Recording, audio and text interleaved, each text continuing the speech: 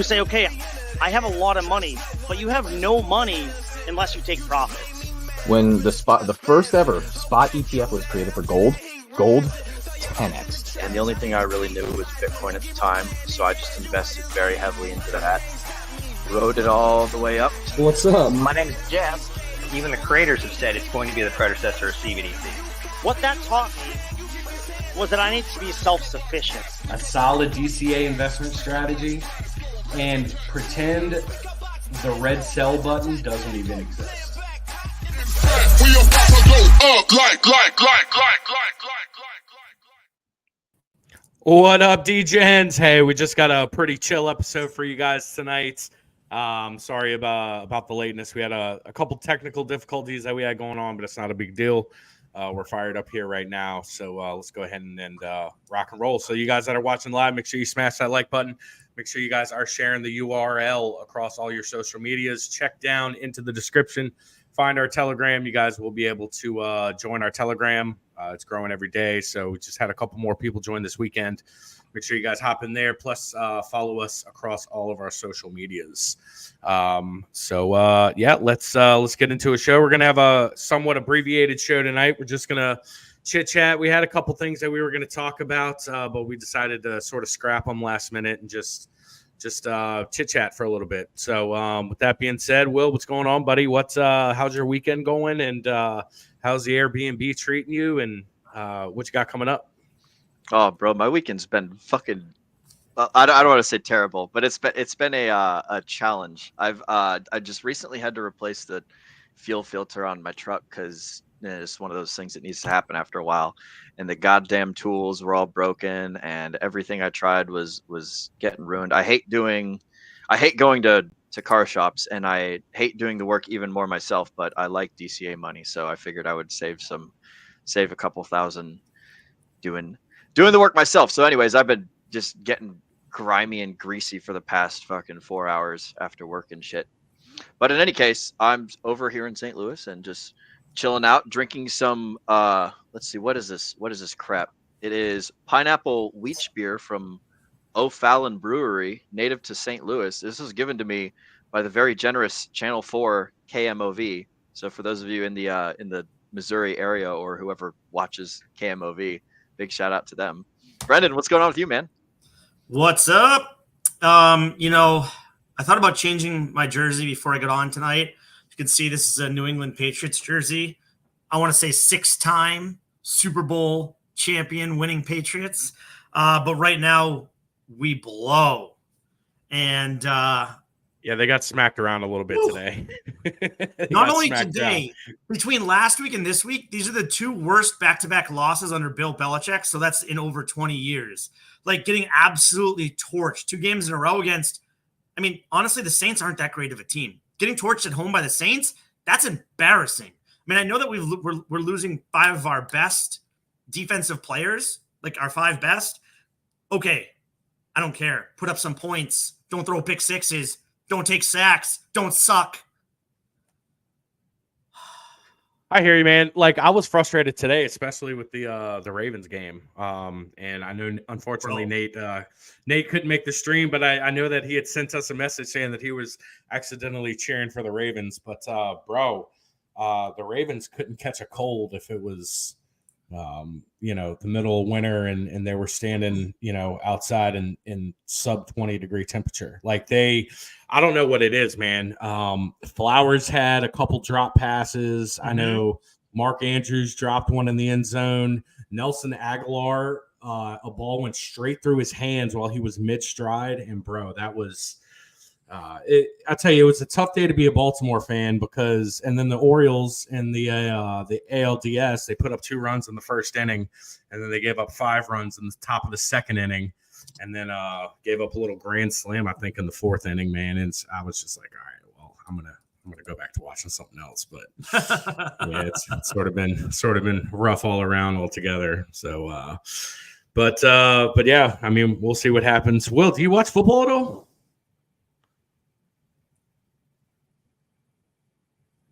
Yeah, he's still muted. Yeah, there he is. The quick and non-judgmental answer I have for you guys is no. I like. No. Judge us. Come on, let's get So here. I think so. You guys are allowed to like whatever you want, but if I'm not personally fond of watching other people excel in areas of life and being like, "Woo, that's me," you know. I don't know. So like sports ball has never interested me in like a watching thing unless like you're at the game live and you're like participating with the community and whatever. That's cool and all, but like sitting on a screen and watching like dudes be all sweaty and shit running up and down some grass or some court or somewhere, I don't know. It's just it doesn't really do it for me.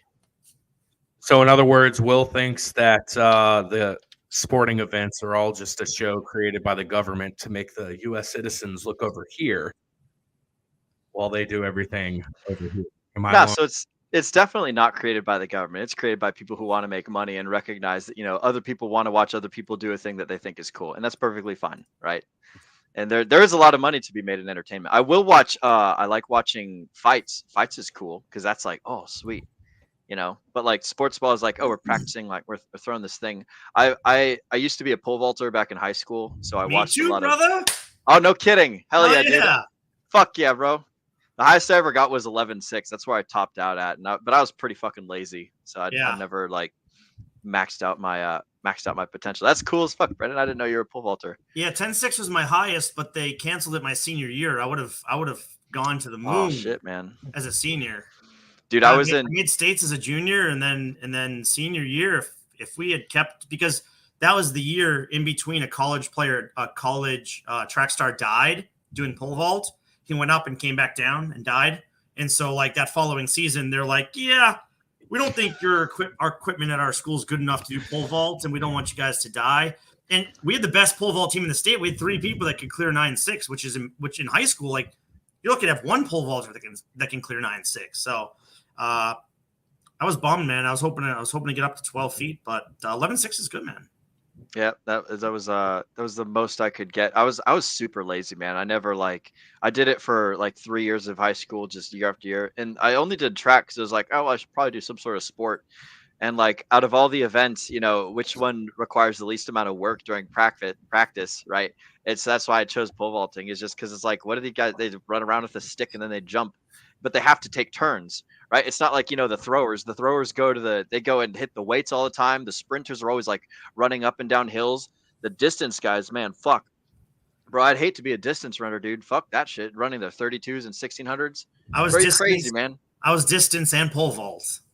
I did do some distance events just because I knew that I was gonna join the Marine Corps right after college. So like my last year, I would do the 32 and I do the 1600, but like not to be competitive, just because like, I know I need a run for the Marine Corps and blah de da. What was your fastest mile time, Brendan? I'm curious now. Were you a 5:30 guy?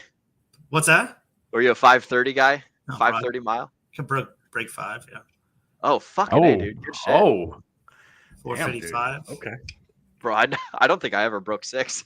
But here's the problem. My coach never let me run the mile.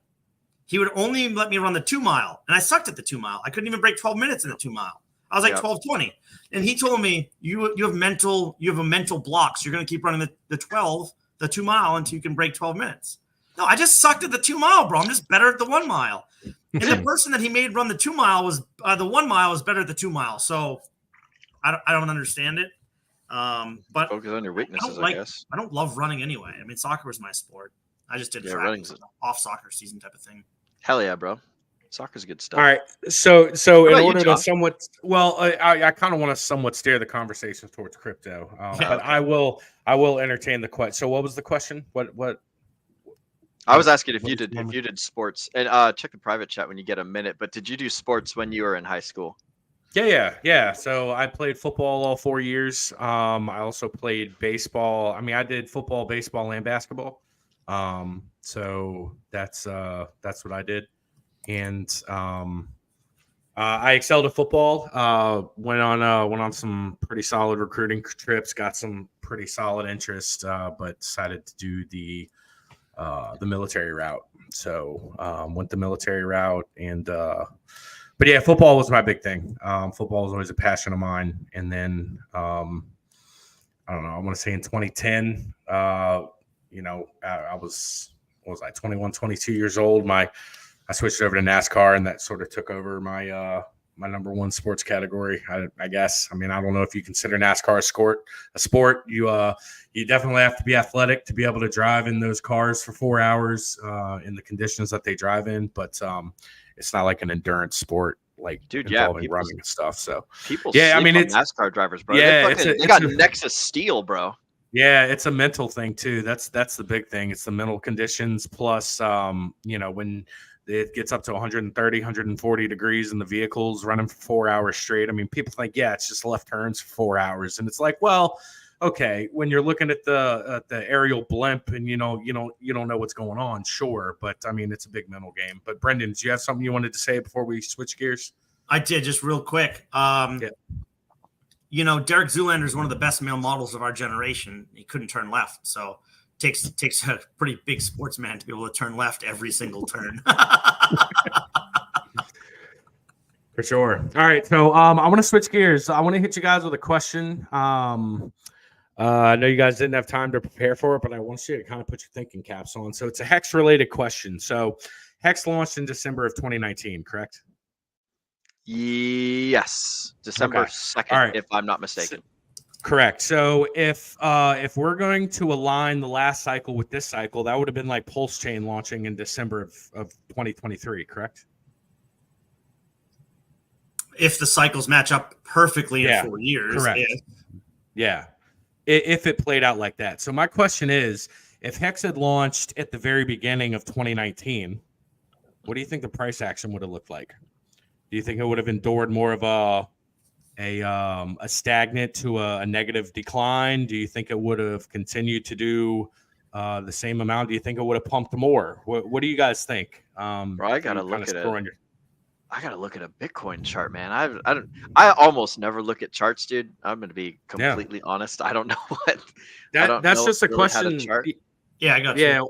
Yeah, that's just a question that I had. Brendan, what are you thinking while Will's looking that up?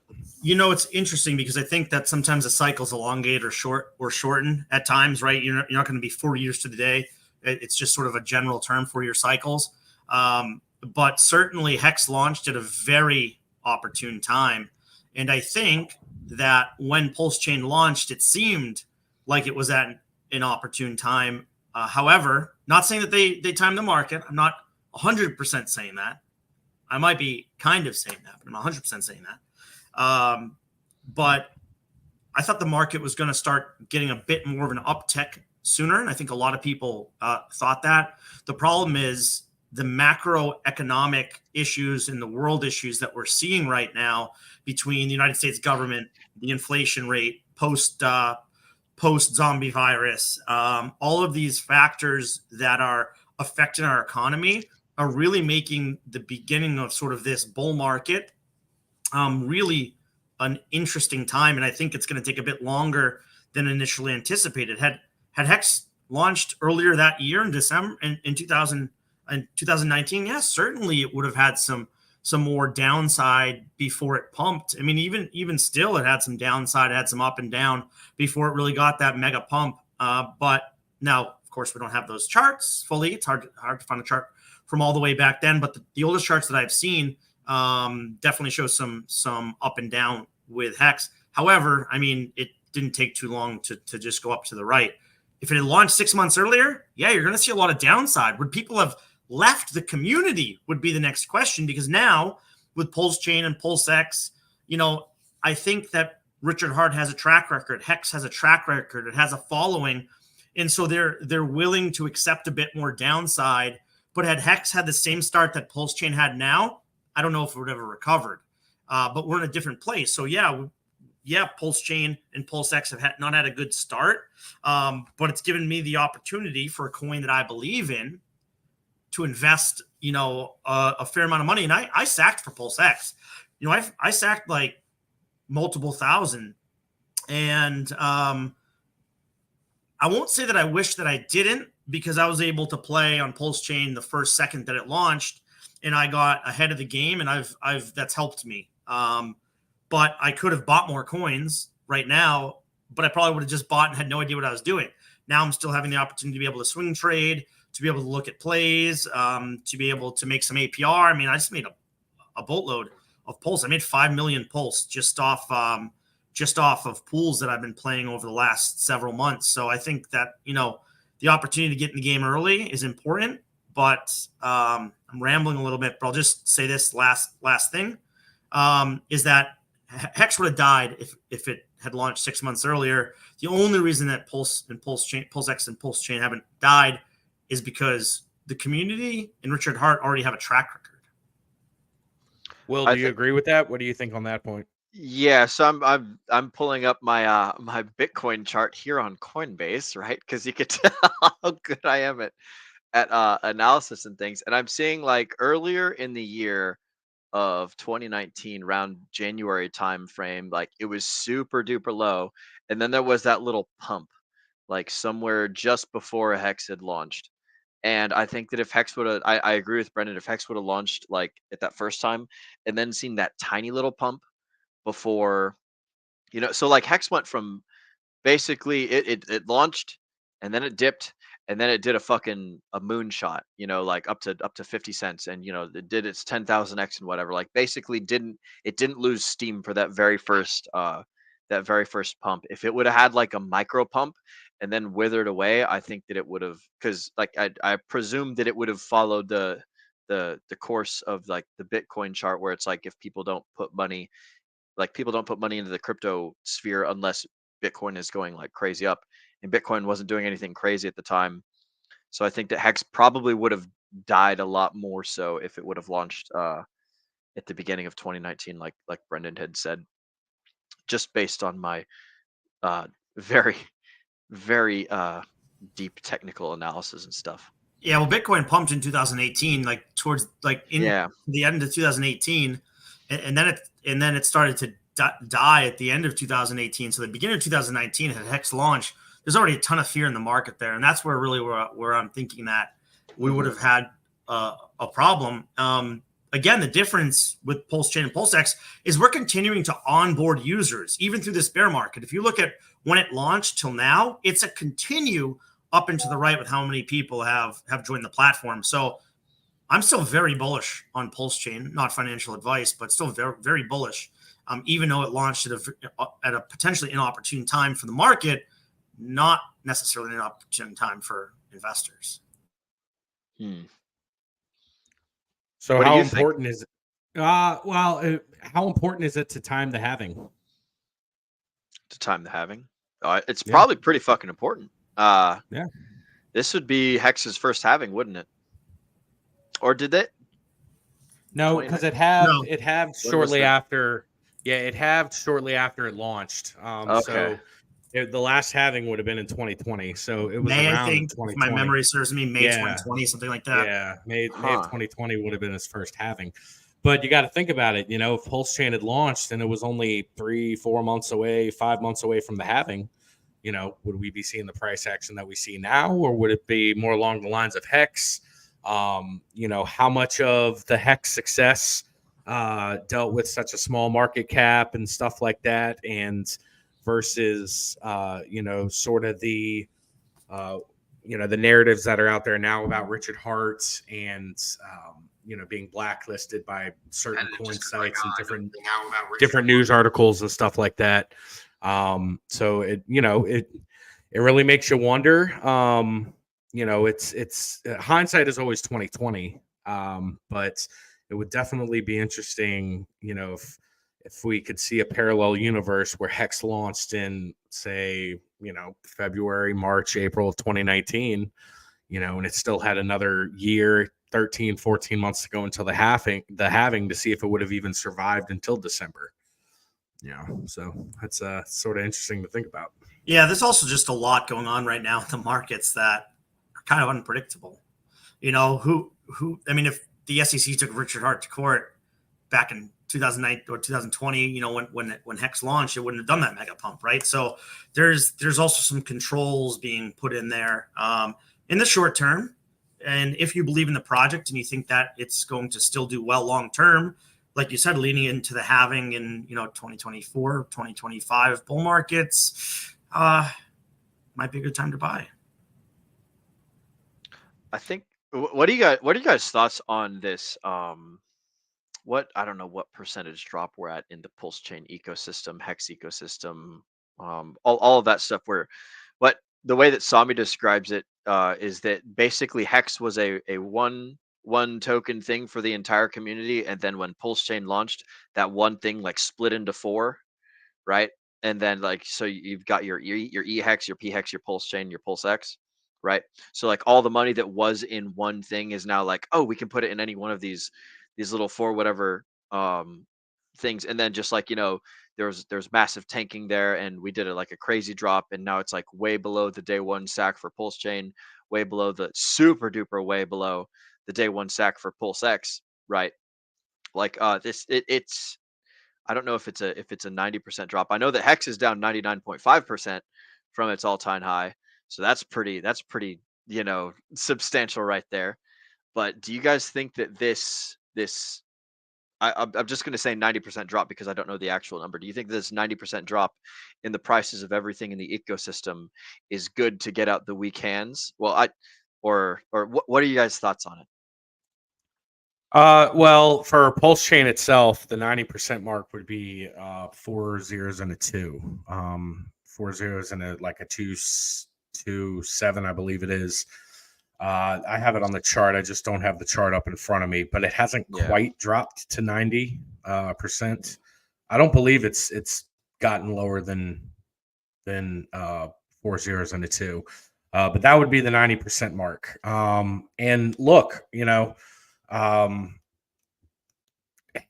Hex has done it multiple times prior to, obviously what it's doing now. Other coins have done it as well. I think, the longer a coin is around, the less percentage and drop that it's going to have. So, you would see coins, Bitcoin was very popular for in the first couple of years, dropping down that 90% range area, and it didn't even drop 90% in this past bull market. And I think Ethereum had a somewhat mild drop compared to its first one as well.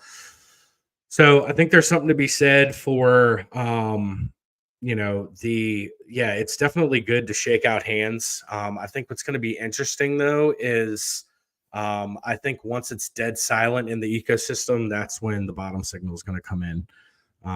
So, I mean, I think we're pretty close already. But once you start seeing even less chatter on crypto Twitter and, stuff like that, I mean, it's already quieter than it was, back in May and June when it launched and the excitement was around. And then, so it's obviously it's down as is now, and there's still going to be streamers and influencers that are going to continue to talk about it. But I still think it might have another little bit to quiet up, and then that'll be the final bottom signal. But I mean, this thing still has to prove itself. So I'm hopeful. I see the potential in it. It's just market adoption, and hopefully market adoption will come around, and the money that we've all invested in it, it'll come to fruition, and it'll come to the potential that we see in it. So, but Brendan, what do you think? Yeah, pretty much you're spot on what you're talking about as far as the price chart and how much it's dropped. Right now I'm not really looking at the price. I'm looking at, compared to when I put the money in, I'm looking at how can I increase my coin count without putting more money in, either yielding or swing trading. How can I find platforms I want to put money into? Is there anything else that's up and coming? I do want to continue to still be diversified. I want to help other people get onboarded into crypto. I helped some friends, acquaintances in some cases this week, get onboarded to crypto, got their wallet set up. And, I think that for me, I'm just trying to help people get more self-sovereign. And for me personally, when it comes to Hex and Pulse Chain, we're down a ton. But what's crazy is we're down, like you're talking about, 90% or whatever. And yet we're still onboarding more users. We're still having very high amounts of transactions, which means it's a very healthy ecosystem. outside of the price. And so that's generally looking at, hey, what are we looking at and what are we missing? And so for me, while the price is down, the ecosystem looks very good. Is it working well? And had this launched when Ethereum's gas prices were $100 a transaction or $50 a transaction, do you not think we'd be onboarding thousands of people a week, into this platform? So that's still yet to come. I mean, Ethereum hasn't solved their gas fee problem. And until they do, the best platform is Pulse Chain. And we have a ton of great developers building in this, L1. And so I'm hyper bullish. Not only is it good for shaking people out, but it's also good for the individual investor. There are a lot of new investors in here that maybe they got into the crypto space, either during the bear run or, over the last, I don't know, 3 to 6 months. They're, Charlie and Miguel are constantly adding new people into their course and stuff like that. So there's still a steady influx into the adoption side and the investment into crypto. And, this is ultimately good. It's a good opportunity for folks that are new, that do have skin in the game, to really sort of gut check themselves. It's a good opportunity to solidify investment strategies. I lucky enough was able to do that prior, but I still have DCA money that I'm waiting to pop into the market. But I can tell you this right now, if I was uneasy, if I was on the verge of hitting that sell button and punching out and stuff like that, if I was on the verge of doing that, then what would that tell me about my investment? Maybe I didn't consider the right things. Maybe there was still an area that I needed to learn in. Or maybe I was just overinvested. You know what I'm saying? And that's easy to do, especially if you're doing a lot of research on Twitter and you're following the same influencers, and it's just a revolving wheel of the same information, and you get into an echo chamber. It's easy to go with what the crowd is saying. Oh, I want the prices to dip lower so I can keep throwing money into this thing. It's like, at the end of the day, you really don't want that. Like, you want those prices to be spiking through the roof because you want to see a return on your money. And that's just the reality of it. You know what I'm saying? Like, it's easy to do with what the crowd says, but at the end of the day, you're the one that has to sleep at night, and you're the one that has to be okay with the amount of money that you allocate. And some people are just, over allocated, and they're starting to feel that now. I think that's why you see a large sell off, and, so at the end of the day, it's a good gut check opportunity, and it'll get you more prepared for paying attention to that technical analysis, paying attention to that fundamental analysis, checking the market, the temperature, finding out what the fear greed index is saying, looking at on chain, getting every bit of information that you can get. And I'm rambling at this point. Brendan, what were you going to say? No, I was just going to say risk management. If people are believe in a platform, but they're thinking of selling, then that might mean that they're up against it. If they don't believe in a platform and they invested money into it, well, then they were just looking for a quick buck and they didn't do their research. So if you're feeling like you're in a tough place money-wise, then you need to really consider what your risk is and make sure that your risk tolerance is where it needs to be, because that's huge. And nonetheless, keep in mind, I don't say, hey, I have X amount of dollars in Pulse Chain. No, I say I have X amount of Pulse Chain, I have X amount of Pulse X, I have X amount of PX. And that's not money to me right now, right? Unless I take it out, then it's money. And the money that I put in is not money anymore. It's crypto. And so you have to really think of things differently than I think people that are new to the market do. When I first did, I was always looking at my dollar amount. Oh, what am I up? What am I down? And, I know what my plan is. I know what my DCA strategy is. And I have, where I think my investments are going in the next 1 to 2 years. And then after that, the next, 4 to 8 years. So 6 to 8 years. So, I feel comfortable where my money is and I'm not worried about it. But for the people that are new and the people that haven't been through a real bear market before, yeah, it's not easy. But this is where the flame gets put to the metal, Bro, you You guys have all these like super duper well thought through answers. Like my reaction is like, I decide I like this thing, so price goes up, I'm happy because I'm making money. Price goes down, I'm happy because I can buy more. And that's basically like my entire line of thought. You guys are all over here talking about technical analysis and market sentiment. And dude, I take the peanut brain diamond hand approach. Well, you what believe what you're buying. what risk what risk analysis are you doing? I can't think that you would just be like, oh, I'm just gonna throw $100 into, I'm just gonna pick a number out of a hat and whatever that ranking is on Coinbase or whatever that ranking is on CoinMarketCap, I'm gonna buy it. What due diligence are you doing and what research are you doing before you buy anything? So specifically in regards to Hex, I like the product market fit. I like the I guess vibe, for lack of a better word, that Richard Hart puts out. He's a strong leader. He does the things he says he's going to do. He's trying to make Maris, shout out to Maris Bunny, wherever you're at, talking in the Telegram chat about like, man, I'm so sick of Richard Hart talking about, to fucking make the world a better place and shit. I thought that shit was hilarious. Just because like, I legitimately think that Richard Hart is actually trying to make the world a better place. He has done so many, like hundreds or thousands of hours of streams.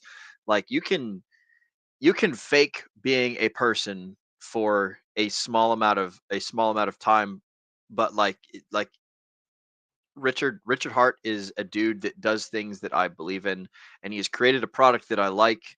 And like I don't really understand all the crazy like coding or how the software works or much other than that, but I understand the way that Hex functions in that you destroy the money, which raises the price of the money that's in existence in exchange for destroying the money that you have when you stake Hex, or when you burn the Hex, whatever the correct verbiage is, right? When you destroy the currency that you have in exchange for a T-share, which is a share of the total amount that is in circulation, both theoretical and liquid. Like I like the entire system, and nothing that Richard Hart's done so far has set off any red flags in my little peanut brain. And so I'm like, oh, if he makes more things, I'll buy it. That's essentially my risk analysis. Like yeah, that's more or less what it boils down to. Is I have a lot of trust for the developer. I understand the product to the point where I can speak moderately, not eloquently, but like peanut brain. I can speak peanut brain on the topic. I can explain it to people. It's like, oh, it's a certificate of deposit that pays you more coins, not necessarily dollars, but you get more coins for, essentially, what would the phrase be? Exercising like self-discipline, right? Like I'm going to, store my nuts in the tree for the winter, so that way I can be a good happy squirrel when spring finally comes, or whatever. So just it appeals to my super simplistic senses. I like the fact that Richard Hart basically used in the past scam techniques to get people to get a thing that's good for them, because the world really does need more people making good decisions. And if the only way you can get people to make good decisions is by like actively scamming them into doing it, then that's both fun and it's fun and it's effective. So all that combined together is why I like the Richard Hart ecosystem. And perhaps Jeff would agree with me in this perspective. Good old Jeff Napolitano. But yeah, that is my risk analysis, is that like, oh, it's a thing that has proven past performance. It's got a community. It's got all the things that like you look for in a cryptocurrency. It has product market fit. The only thing that it doesn't have is stable price. But if it had stable price, then everybody'd be in it. And if everybody's in it, then it's not fucking good. So does that answer your question? I kind of went on a little tangent there. Yeah, for sure. Brendan, you came off mute. What were you gonna say? Oh, don't know if that was intentional, but I was going to say, I don't know if that's risk analysis or not, but it's a belief in what you're buying. It's, hey, this is what I believe in. This is a creator, a platform, a coin. I believe in its use case. I believe in the creator. I believe in the community. I think those are three really good reasons to like a coin. Now, personally, I want to be diversified a bit, right? I want to lot my money in Bitcoin and Ethereum, but at times I'm gonna, swing for the fences a little bit and maybe take a bit of a bigger chance in a coin than I might not in another coin. And that's, again, because of what I believe in. Josh, can I change the topic and ask you a question? Yeah, go ahead, buddy. So there's been so much going on, and Will, you might talk to this as well as for both of you, but there's a lot going on in the world and the government. You know, we're supposed to be in a bull market. You know, when we think bull market, we think up and to the right, which isn't actually what a bull market means. It's just people's opinion. Bull market just means that you're above what the bear market low was, right? You're moving slowly in an upward trajectory. But right now we have a lot of uncertainty worldwide. You know, we're starting to see now Israel and Iran fight again. Israel bombed 2 mosques along the Hamas, and the United States isn't really in a place to intervene like they've been in the past. They're at their highest level of debt. They're already giving a ton of money to Ukraine for the war between Russia and Ukraine. And so Israel already came out and said, you know, this could be a long war. You know, this could be a long engagement, which we haven't seen in a while. We've seen some harsh fighting, but sort of quick and to the point. We've seen in the United States government the first time in the history of the House of Representatives that the House Speaker got ousted by a vote. In fact, they haven't even voted on that in over 100 years. We have inflation rates still at a very, very high level, and it doesn't look like they're going down anytime soon. China's economy is in shambles because of the debt and the problems that they've created for themselves. What's our case for a bull market right now? I'm not trying to be bearish, and I'm not actually, but there's a lot going on in the market, and I expect a little bit more downside. But what do you make of all of these things coming together at once? So 3 things come to mind. All right. Number 1 is I think Bitcoin is to the point where it's too big to fail. All right. That's just what I think. I think right now there's so much money wrapped up in Bitcoin that it's too big to fail. The Titanic could never sink, Josh. Come on now. Okay. So listen. I'm fucking around. Keep going. Yeah. That's a funny comment, though. You're right. That's what they said about the Titanic. But someone was driving that ship. Yeah. So I think it's too big to fail. Okay. But what I also foresee is we are in uncharted territories when it comes to cryptocurrency. Okay. So ever since cryptocurrency's existence, we've had these artificially low interest rates, and we've had quantitative easing going on like crazy. Okay. And, of course, that has gone through 3 or 4 bull cycles for Bitcoin. So the entire lifespan of cryptocurrency has been post Great Financial Crisis, and it's been during a period of low interest rates, somewhat manageable inflation, and quantitative easing. Okay. We are in a much different environment now. Okay. We are at higher inflation. As of now, Powell has been restricting the monetary policy. So the printer isn't quite on yet. Everyone is anticipating it turning on, and you know what? It wouldn't shock me if Powell decided to bow to some of the pressure in the White House, especially as we get into the presidential nomination season and we're getting into the presidential debates coming up in 2024 and all that stuff. If he decided to kowtow down to the administration to sort of turn the printer on. But nonetheless, that's where we are right now. But I think that there's light at the end of the tunnel, because I think any turmoil that we're going to go through, and I do still think that there's downside ahead, exactly because there's a lot of uncertainty going on right now, especially with the situation with Russia. We got this new conflict going on. I mean, the conflict's always been going on between Israel and Palestine, but Israel is full-blown declaring war now on Hamas. Which I guess is similar to like when we declared war on Al-Qaeda. I guess that's similar. Hamas isn't really a nation. It's a political movement. It's a militant organization. So, but it's a lot closer to them as opposed to, but anyway, I don't want to get down a rabbit hole there. But yeah, it certainly is in unprecedented times. And I think it's definitely going to flex the market, and it's going to shake out a lot of weak hands.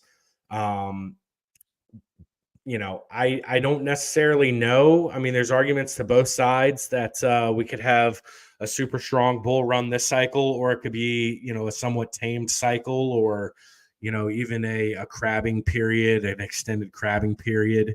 But nonetheless, I think that all the turmoil going on and everything that's occurring is just going to strengthen the use case.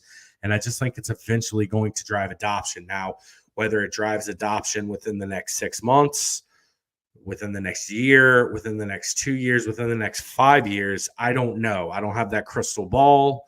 But, if I'm looking, at the 30,000 foot view of it, it's always darkest before the dawn. That's what they say. You know what I'm saying? So there could certainly be a lot of turmoil and a lot of volatility in the markets and a lot of downward price action, especially, in periods of time where in the past, we could be coming up to the halving and maybe not see too much of a price increase or even a decrease because of recessions and stuff like that. But that's ultimately what I see. Did that answer the question? Do you need me to elaborate on anything, or I want to make sure I answered the question that you had? Yeah, my question was a little bit broad, so a broad answer is perfectly fine. Yeah. I think those are just things right now that I'm looking at and, reading about, because, the House ousting their speaker is probably going to lead us to a government shutdown. That's seemingly inevitable. In 4 days, in fact, we see what the inflation numbers are. So that's something that you guys need to really keep an eye out for. October 12th, the inflation numbers come out. We just saw the jobs report. The jobs report came in very hot, ultra hot. They created almost double the jobs than they had anticipated the market creating. And what does Powell keep saying? And what do I keep saying? Unless we see a big increase in unemployment, a softening of the labor market, we are not going to see a decrease in inflation. And that's going to continue to cause either an increase or a status quo of our interest rate numbers. So, I mean, that's a big thing. And Israel, Palestine, Hamas, that was very unexpected. Hamas kind of struck when we thought things were pretty peaceful. And like you said, they were kind of always at conflict. But Hamas struck and Israel struck back hard. And I don't think this one's going to end soon. So we'll see with that. I don't think that really has a lot to do with the United States or nor the markets, but it is very, very interesting. And I'm questioning the timing of it a little bit, to be honest with you. It is. It did come from out of, of course, 9/11 came out of nowhere. Pearl Harbor came out of nowhere. So of course, these things tend to come out of nowhere, but maybe it's just vast coincidence that, Biden's presidential numbers are starting to tank, and really the only sustained way of a president gaining vast approval is to become a wartime president. You know what I'm saying? That's what happened under, it didn't necessarily happen under FDR, but it definitely happened under Lyndon Johnson. It certainly happened under George W. Bush, not so much his dad, but Bush Jr. It certainly happened under him. But so, it's interesting. I don't know. I don't know if it was like a situation that happened, like if it was some sort of vast warhead that was dropped in Ukraine, I could maybe see it being a false flag. You know what I'm saying? But Hamas, making this brazen attack against Israel, is it far beyond the reach to say the CIA might be working with Hamas to try to organize something here? I don't know. I'm not saying that. You know what I'm saying? But the timing is certainly questionable. I think there's still a lot of details that are out there. Look, I could be full of it, and what's going on is, organic, and it is what it is, and there's nothing going on behind the scenes. But couldn't that be true, but also in the opposite way that you're saying it, couldn't the weakening of the United States might, so to speak, what's the biggest strength of the United States? Well, outside of our military, the U.S. dollar, right? Yeah, the economy. Right now, we're at high levels of debt. We can't continue to print money, and no one seemingly in the Republican side is going to pass a bill that's going to allow a lot of aid for these foreign countries. So maybe it's Hamas says, hey, this is the first time that the United States isn't likely going to get involved because they don't have the money and they have to worry about their own economy right now. So maybe this is our first chance. They're thinking Ukraine and Russia are at war. The United States is already focused on there. They can't focus on two fronts right now.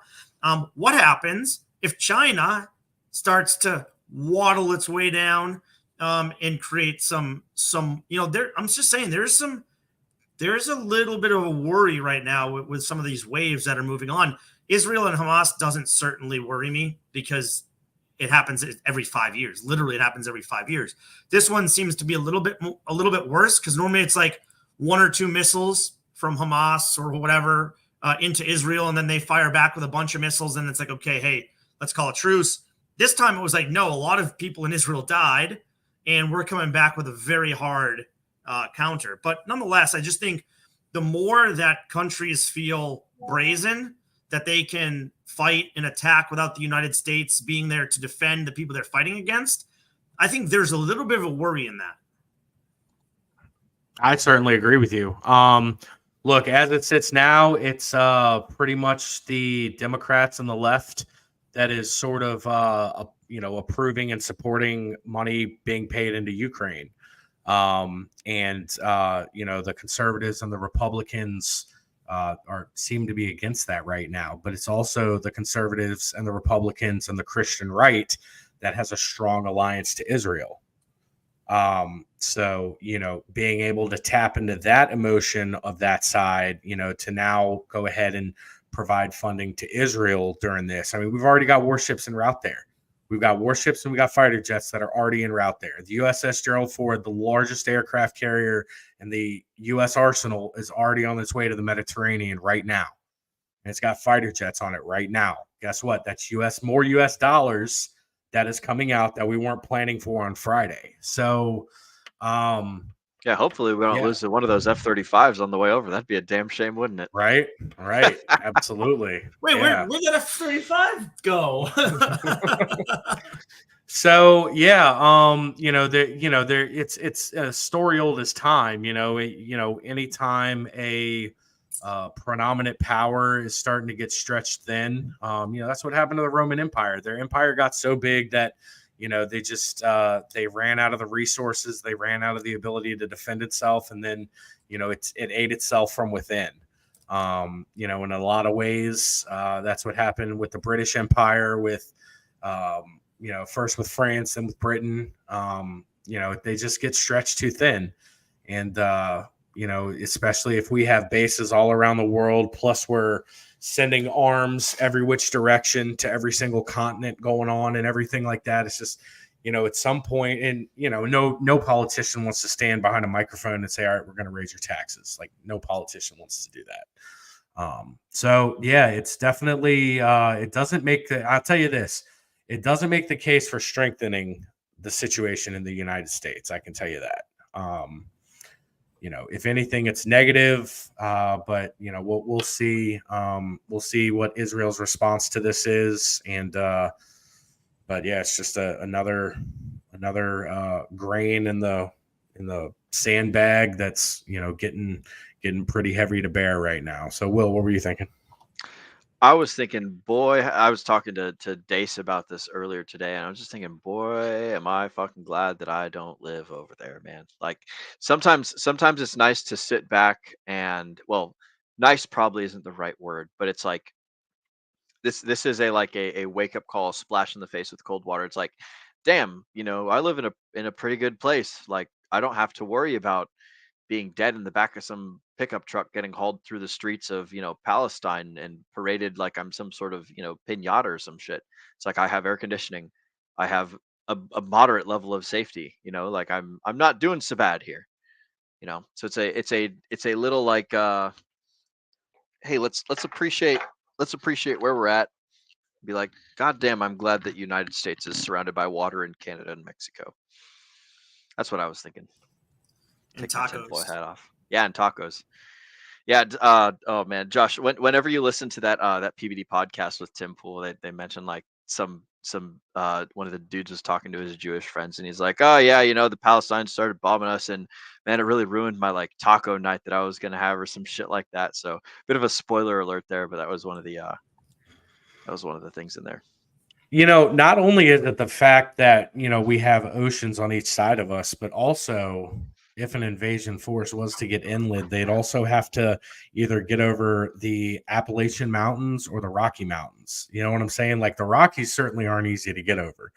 With modern day aircraft and stuff like that, if they were to get superiority, I'm not even going to go down that rabbit hole. But dude, it fucking sucks to drive across those bastards, man. Have you ever had to cross the Rockies? You got 10, you got 40, you've got, or no, you don't even have Interstate 40. You have Interstate 10, you've got Interstate like 70, and then you got I-90. Like that's your fucking way across the mountains if you want to take like a major roadway. Dude, that shit sucks. Every time I have to go home to Washington and across the Rockies, it's like, fuck, which am I going to go through Salt Lake City or like Missoula or Los Angeles? Those are the fucking options. Sorry, I cut you off. Continue your thought there, Josh.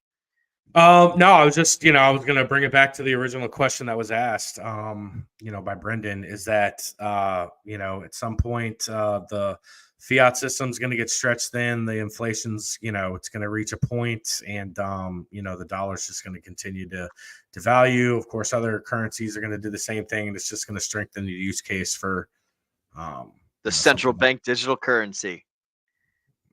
And that's where it rolls in, dude. Maybe let's go down that rabbit trail. Continue with that thinking. What are you thinking there? So, dude, like they're destroying the dollar. Well, when I say they, I don't mean like there's some organization out there that's destroying, but the dollar is being destroyed, right? Whether it's actively being done on purpose or being done accidentally, right? The dollar is losing its value. It's being overprinted to craziness. We already see like all over America, like there's tons of places that are like, we don't take cash here anymore. We don't. Well, that's another whole topic. I would like to say that there's a force that is like government wants control over all the money that all the people have, right? Whether it's through a central bank digital currency or through like the SWIFT system or something to that nature, right?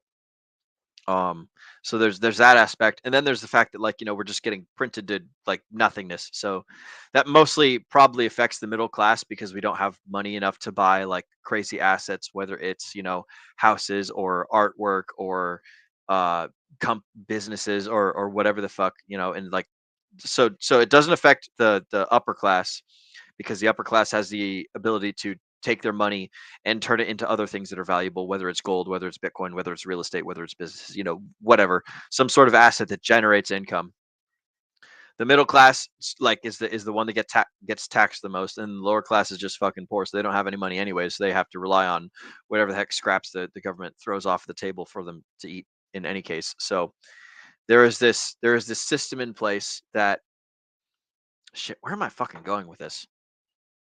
Man, I'm losing my train of thought. All sorts of crazy. The point is like because you took your tinfoil hat off. I really did. That's the problem. That's exactly what it was. Hat. It's a piece of plastic. It's like a cool little leaf thing. It's at my Airbnb. Shout out to D over here in St. Louis. If any of you guys ever come to St. Louis, stay at D's Airbnb. It's fucking awesome. And while we're talking about global expansion and all that good stuff, I would like to wish everyone an early happy Columbus Day. Hooray! I'm off tomorrow. I don't gotta work tomorrow. I love Columbus. Is that what tomorrow is Columbus Day? Yeah, it's Columbus Day. Good yeah. shit. Hey, he discovered America. Good job, Columbo. Actually, St. Brendan founded America before him, but I get I see the line of thinking that you're going on. And in a lot of ways, this could be the 21st century gold rush.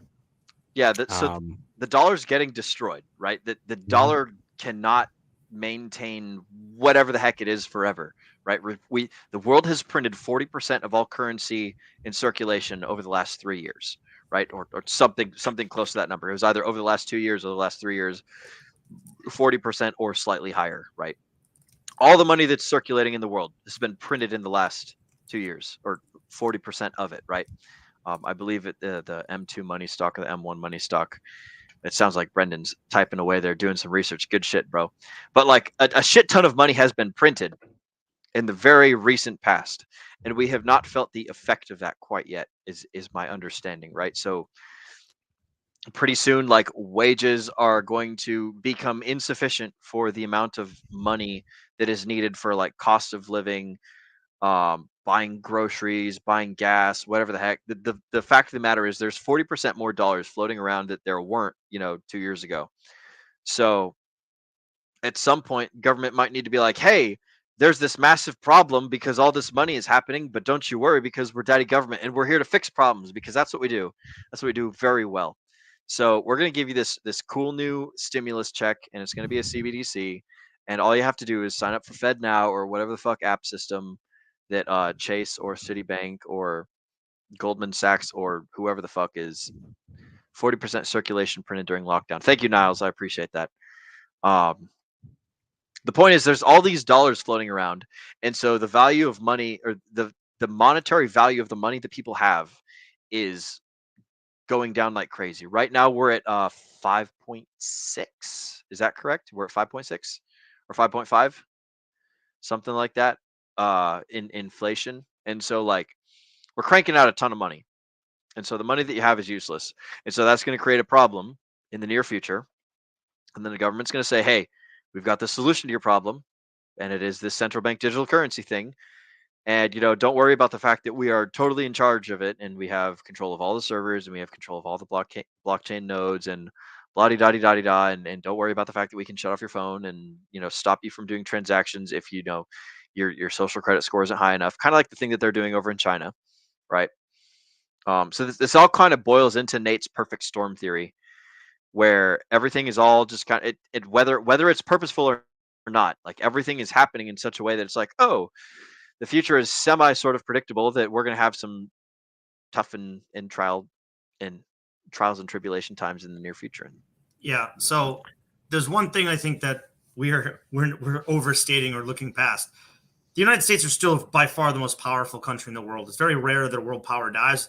Oh yeah, absolutely. While it's the most powerful country. And so I'm not saying the dollar's going anywhere or dying or anything to that extent. I'm just saying that how our government is running our country and how they're printing money is devaluing the dollar. And therefore, I need to find ways to outpace the inflation that's catching up with me. Again, I say this, I feel like every third or fourth show, but yeah, the inflation rate's in the 4% range. But in Miami, it's still 9 or 10%. That's been that way for months and months and months. My costs continue to increase exponentially. Rent's gone up more than double in 2 years, more than double. So an average one bedroom in the area that I live in was like $1,800, $1,900 a month. Now it's like $3,200, $3,300 a month minimum. It's crazy. It's just crazy stuff. But the United States has the military power. And until we lose that, our dollar is still going to be worth something. Unless, and this has happened with people before, unless you start to eat away at yourself from within. Can you burn yourself to the ground from within? Now that's happened with powers before. It's very rare. And most of the time it's that you've spread yourself too thin from a military standpoint. In some cases from a monetary standpoint, but it's very rare that a country loses its value and its monetary value when it has the strongest military. So I just want to put that out there and make people understand that that's important. Yeah, I think that is a good point you bring up, Brendan. And like, the United States is not the United States is not the only country that's been printing money. So like, the rest of the economies and the rest of all the countries all over the world, they're all doing essentially the same thing the United States is doing to a greater or lesser degree. So it's not that, like, everything that's happening is par for the course when you compare our country to the other countries, speaking generally, right? So like, China has a massive real estate overinflation bubble problem that they're experiencing. Australia, I think, is having some sorts of printing problems, as I recall from listening to some Sami stream from weeks or something ago. So you're absolutely right, Brendan. The United States is still dominant in respect of like which country is the best out of the whole world, but it's still like when you take the perspective of comparing country to country and you ignore that and you compare like what is the citizen of the past versus the citizen of the present versus what we expect the citizen of each country in the future to be, that's the part that's declining, if that makes sense. That's from the inside, right? Are Yeah. we gonna tear ourselves down from the inside? Infighting.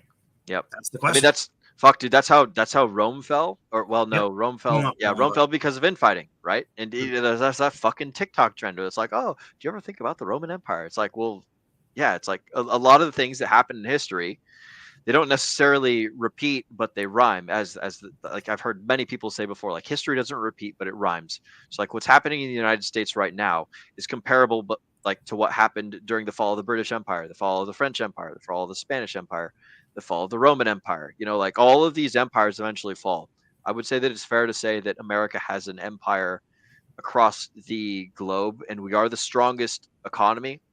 We are the strongest military force, and like we've got a lot of things that like a lot of achievements that we can put under our belt, but there's things that need to be taken into consideration. Like, are we getting outpopulated? Are we getting out out cultured? Things of that nature. Something that I can speak on anecdotally, at least, anyways, is like on my personal Instagram feed, I see a shit ton of like motivational like dudes doing cool things in China, and perhaps that's specifically just like the things that I like right swipe on or hit the like button on or whatever. But it's like pretty much any sort of cool, like, oh look, here's a cool dude doing a cool thing. It's like, oh, it's a Chinese guy doing something in China. It's not a lot of like it's not like so in respect of like comparing cultures to each other, I would say that America is probably falling behind in respect to the China would be the East, right? And we'd be the West.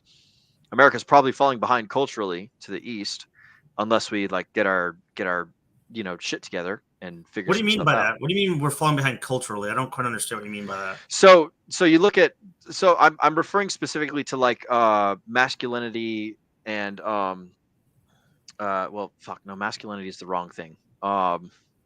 Cultural the culture of the West. And this is more geared towards the younger generations is less bright future. If you take a look at TikTok analytics in China versus TikTok analytics in America, and this is just like one piece of evidence.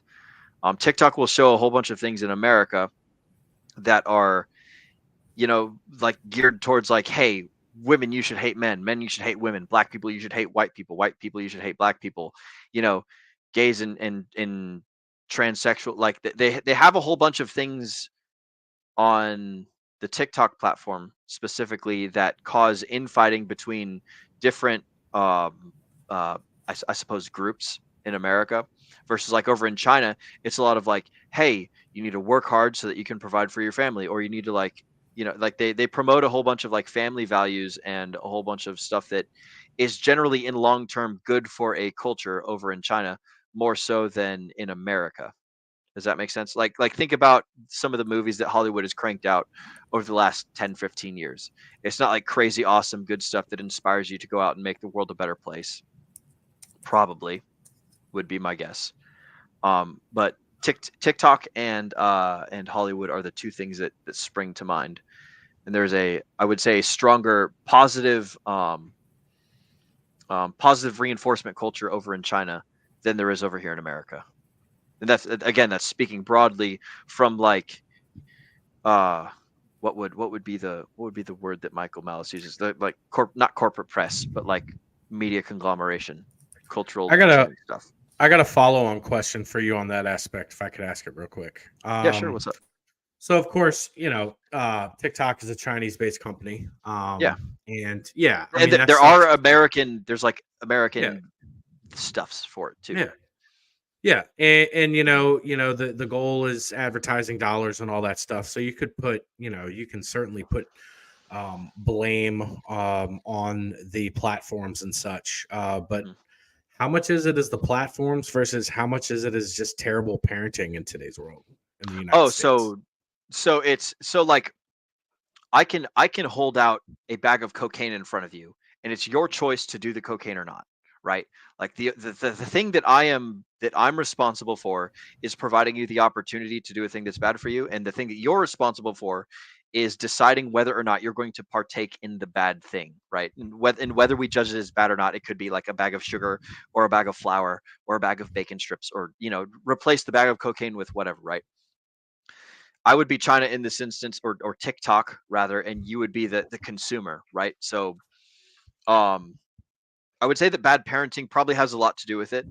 I would say that the lack of responsibility, authority, and accountability in Western culture has a lot to do with it. Right now, there's a very heavy focus on victim mentality, and things aren't my problem, and like it's up to others to make the world a better place for me, kind of sort of like line of thinking in Western culture that I don't know if it's like that over in China or not. I can't speak to that, but I know at least in Western culture there's a whole lot of entitlement, I suppose, for lack of a better word, right? There's an entitlement culture.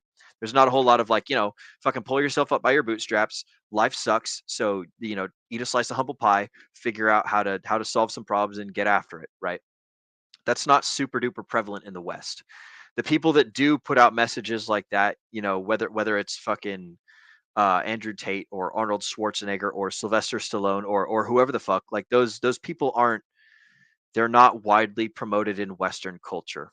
Whereas like just the examples I was giving you earlier of like, a Chinese worker dude like lifting up a whole bunch of heavy rocks and doing a whole bunch of cool shit. It's like, wow, this shit inspires children to go out and like get after it. That's a different thing that's encouraged over in their culture more so than why is it than like from mainstream. Why is it encouraged? I'll tell you why. I'm not going to let you answer. It's encouraged. Yeah, go for it. It's encouraged because they don't fucking make money. Okay. Yeah. They work in sweatshops. So of course their government has to. Oh yeah, for sure. Their government literally only lets them see what they want them to see. They want them to see people working hard. This is what makes a good Chinese man or a good Chinese woman. A good Chinese woman has to be woman of the household, make the food. Probably 3 generations she's taking care of in her house, and the men have to give them the hope, man. But they're not making money for their family. They're making money for the government. Of course, the government's going to peddle this BS to their people because they aren't really free, right? So we're talking about apples and oranges when we're talking about what they get to see in China and what they get to see in the United States. They are so propaganda orientated in China. It's unbelievable. That's a good point. So at what point do you think a child at what point do you think is an appropriate age for a parent to say, okay, child, you can look at this app on a phone, or you could even have a phone or something like this? What do you guys think?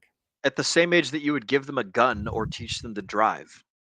It's like, this is a tool that has these tools have uses, right? Whether it's a phone or it's an app that gives you dopamine, or a car that allows you to drive to your job, or a gun that lets you shoot deer or kill people that are trying to attack you. It's like there has to be a level of understanding of responsibility with your children when you give them these things, right?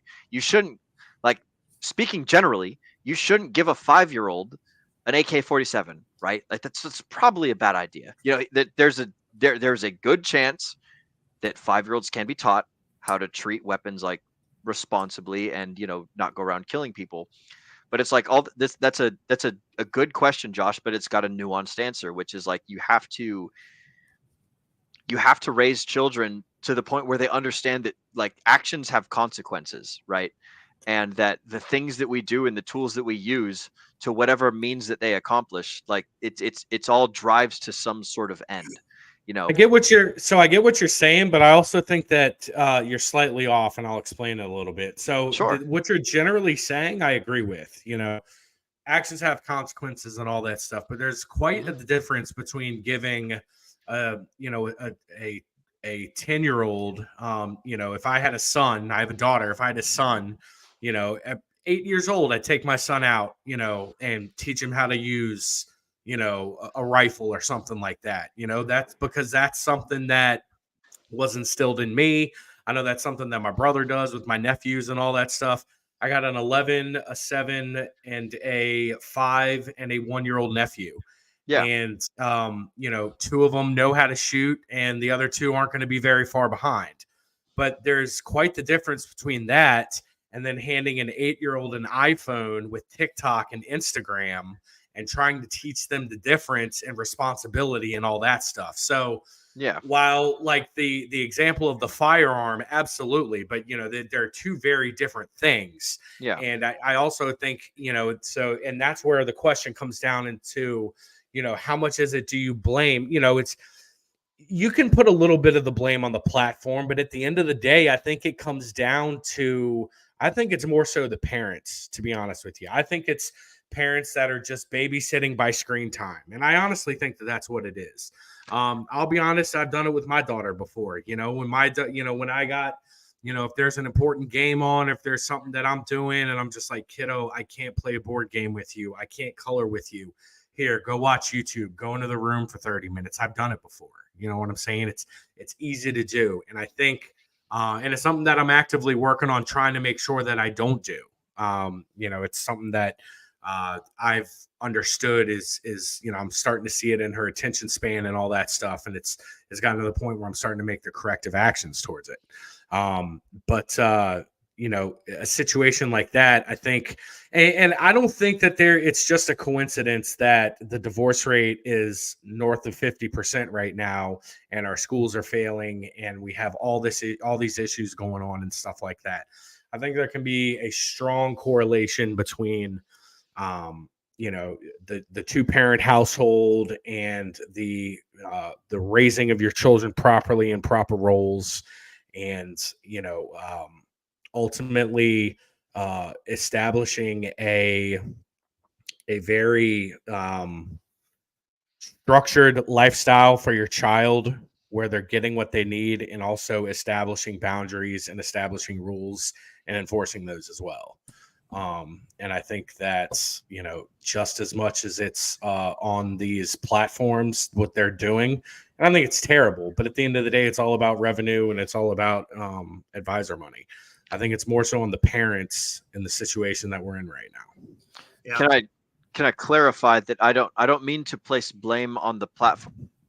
I don't mean to place blame on the parents. Ultimately, I am uninterested in blame. I'm only interested in results. And this is Gotcha. Yeah, that makes sense. That makes sense. Yeah. So I've applied this that simple phrase to like my entire lifestyle. Like I don't care about blame. I care about results. It's like if there is a problem, then we identify like what caused the problem, and then we find a solution for it. You know, like so whether it's the parents' fault, whether it's the TikTok's fault, like I'm uninterested in that. I think that to your point, Josh, you're absolutely right when you're talking about like it's the important thing is to teach people how to use this stuff. So I chose the gun example as just like as a bombastic analogy, is like, hey, this is a thing that's important and you need to understand how to use it in order to like achieve a result. You know, it's like if I give somebody a nail gun and they've never used a nail gun before, and then they like they nail their hand to a piece of plywood or something like that. It's like you want it. The answer to your question is you want to give the children the tools that they can use to achieve or to interact with the world to achieve the goals that they need to achieve that are healthy for like, you know, a wonderful and prosperous society. So Brendan, you had something, it looks like. I always can hop in. You know, I think that one of the biggest issues facing our country right now is the loss of the family. You know, where you get what's right and what's wrong, where you get to grow as a person in morality, you know, the golden rule, whatever you want to call it, comes generally from your family setting. Right now, both parents are generally off working, which isn't necessarily a bad thing. I'm not saying that's a bad thing. But a lot of families leave their child's upbringing to the schools, to the people watching them. And like you said, Josh, and when they're actually with them, they're just putting them in front of a screen because they don't know how to actually interact with them. They want less time. And less work on their plate. I get that to an extent. Look, at some point you're going to need a break, and you're going to be like, hey, watch something for 30 minutes.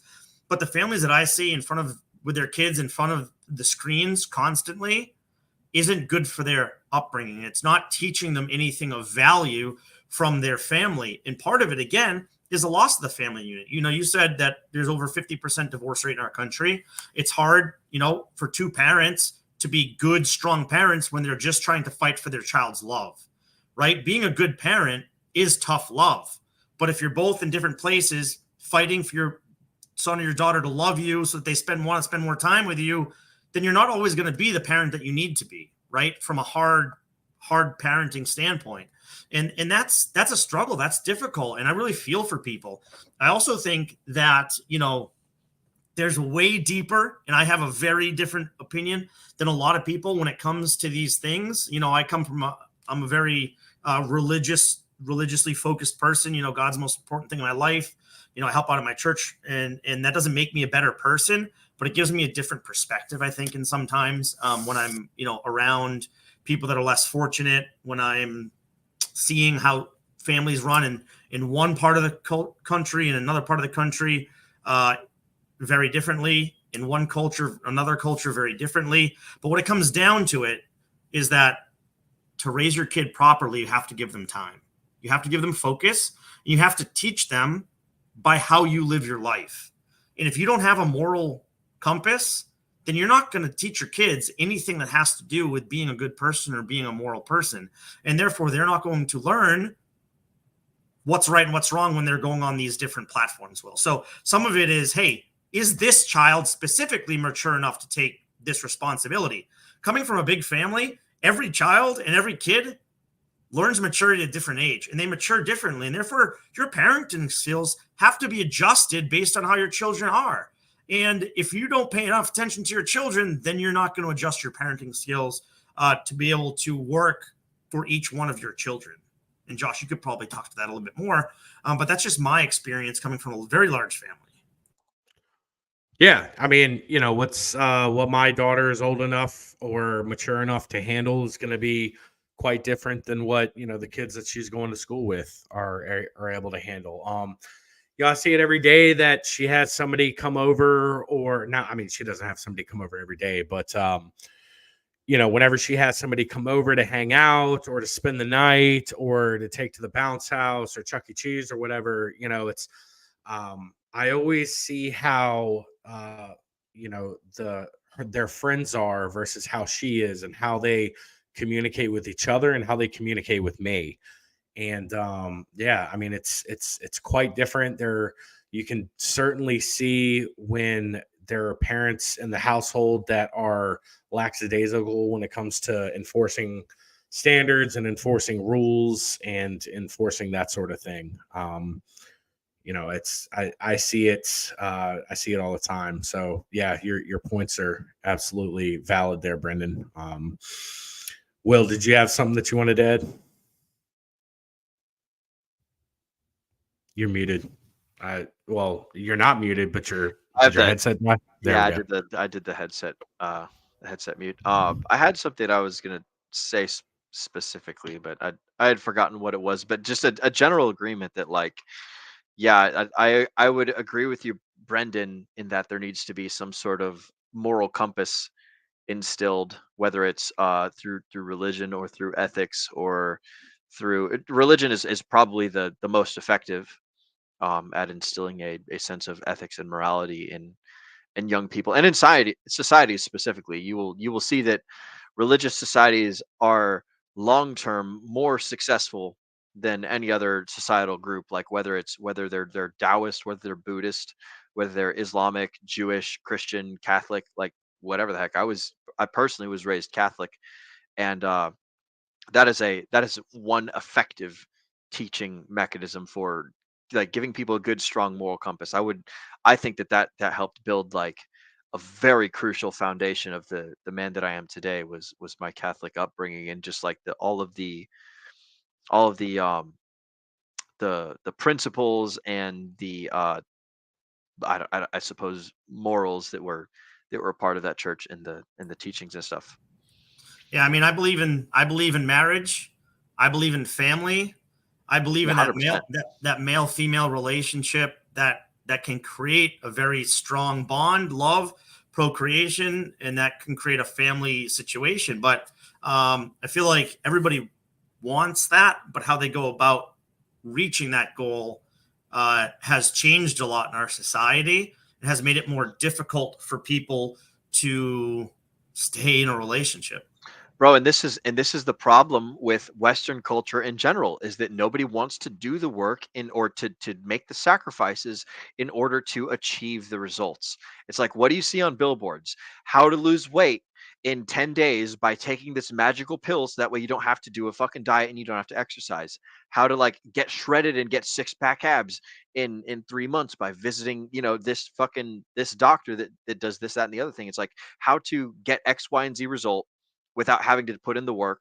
That's essentially, like, if I could boil down Western culture into some sort of like ideology, it's like, how do I get the end result without having to do the work to get there, right? Like if I drink like 3 cups of coffee in the morning and I feel fucking jazzed without having to like, go out and pick up heavy weights and do things and sweat and whatever, like that is me using a neurochemical process right in my brain. Like the caffeine triggers some shit that gets me all jazzed up. If I want to feel good and I want to feel relaxed and shit, and I go and like smoke some weed or whatever in a place where it's legal, right, then I am skipping doing the work. By using this chemical process, I'm skipping doing the work to earn the end result, right? That's what a lot of stuff is going on in Western culture. It's like, I want the kids, I want the family, I want the love, I want the 6-pack, I want the whatever the hell it is goal, without having to do the work necessary to get there, right? I think that's a huge problem in Western culture. Is that sort of kind of the place you were going with that, Brendan? Do I understand that correctly? Yeah, definitely some of that. I don't want to get down a rabbit hole, so I'm not going to go. Yeah.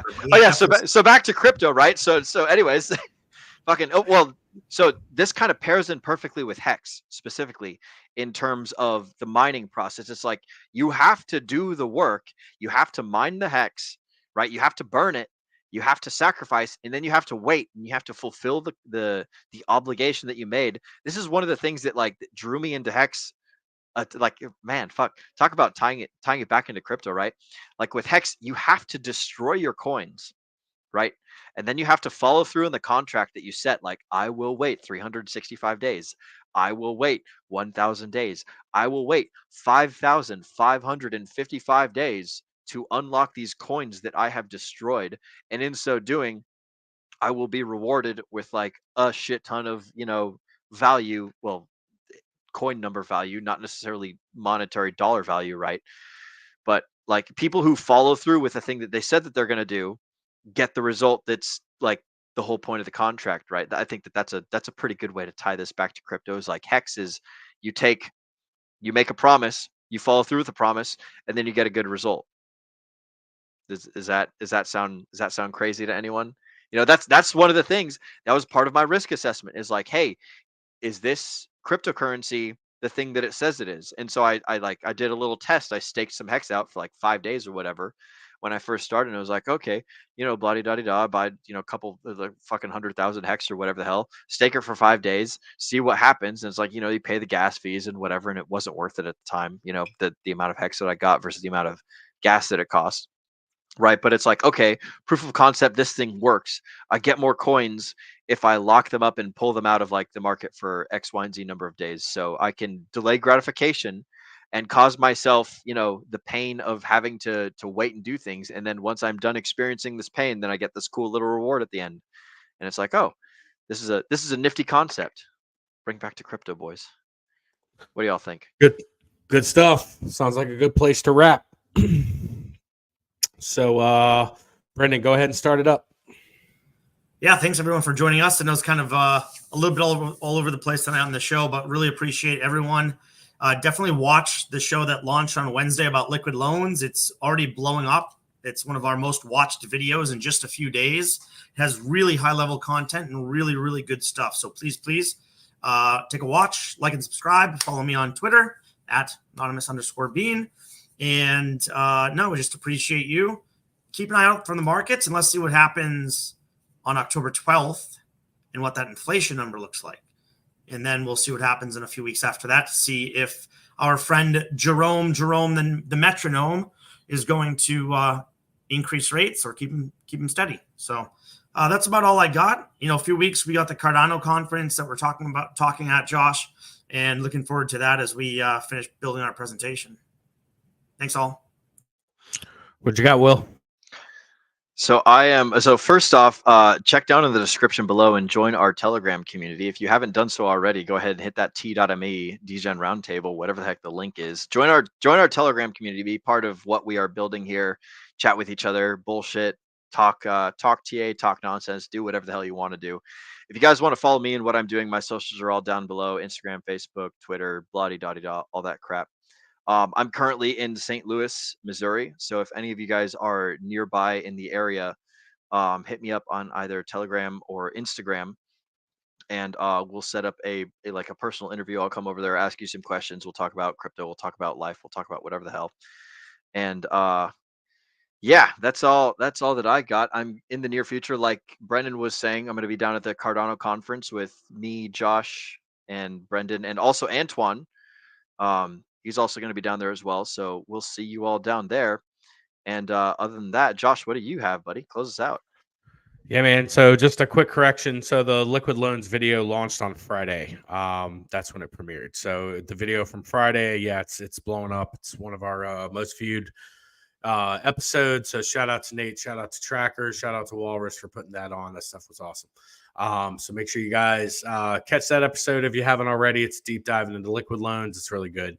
But Wednesday, 8 o'clock p.m., we got Captain RG3 coming up. We're going to have him special guest live in studio.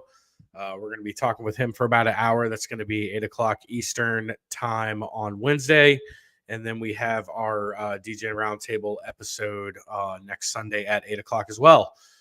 So if you guys haven't done so already, make sure you guys like the video. Make sure you guys are subscribed. Make sure you hit that notification bell and share the video so that your friends and family can see the content that you're watching. Just like Will said, make sure you guys join that Telegram. Find us on all the social medias. And with that being said, we will see you guys back here Wednesday night at 8 o'clock with Captain RG3. We got Agent J that's going to be hosting that. So we're looking forward to that. We will see you guys then. Thank you guys so much for watching. And with that being said, we are out.